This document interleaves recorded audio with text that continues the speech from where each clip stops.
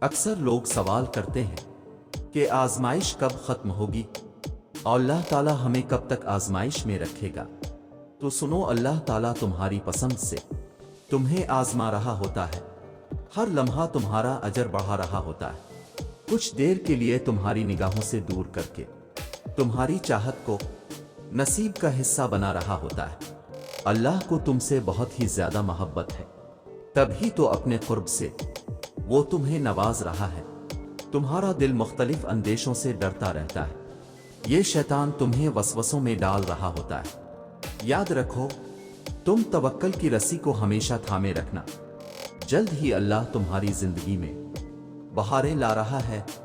یہ جان رکھو کہ اللہ کبھی بھی تمہیں بلا وجہ غم میں مبتلا نہیں کرتا، اور نہ ہی وہ تمہیں بنا مقصد کے یہاں تک لایا ہے۔ وہ اگر ان بے شمار لوگوں میں سے تمہیں دعا کی توفیق دے رہا ہے تو جان لو کہ وہ چاہتا ہے کہ تم اسے مناؤ اور وہ تم سے راضی ہو جائے۔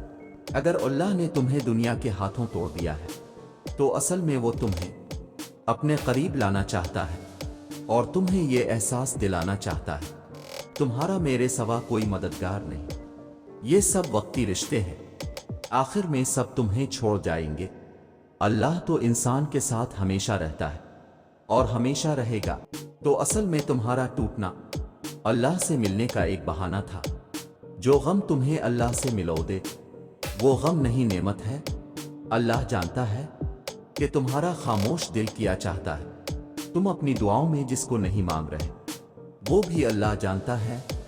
وہ تمہارے سینے میں چھپے ہر درد کو محسوس کرتا ہے، وہ تمہاری ہر سرگوشی کو سن رہا ہے۔ ہو سکتا ہے تم سمجھ رہے ہو اس وقت وہ تمہیں جواب نہیں دے رہا، مگر وہ تمہارے لیے بہترین منصوبے بنا رہا ہے۔